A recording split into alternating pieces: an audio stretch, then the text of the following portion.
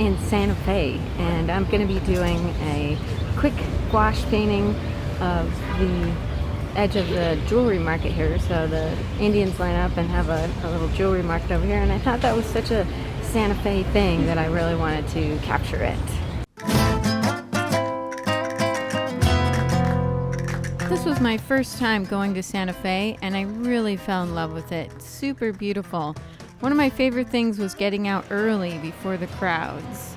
The Palace of the Governors is right across the street from the historic plaza, which is a main gathering place and tourist attraction. I use my hands to make a cropping window so I can design my composition. Next, using a watercolor pencil, I start to sketch in my design. Apparently, artists painting on the sidewalk in Santa Fe isn't a super common sight because I did attract some attention and I had quite a few people come up and talk to me. Everybody was super friendly. That's beautiful. Thank you. You guys from here?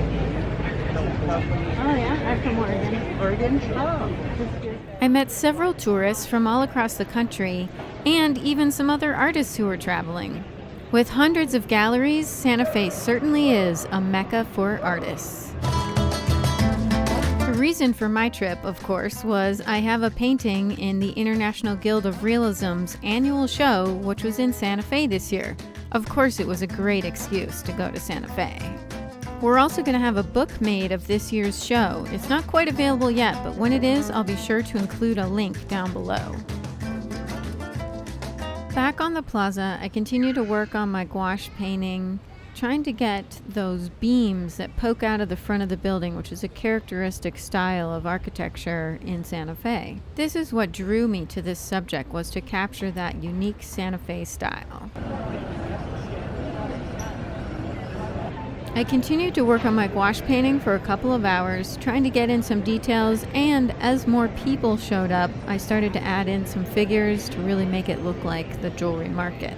If you're ever nervous about painting in public, I would definitely suggest doing it in a touristy place because it seemed like tourists are just extra friendly and super positive.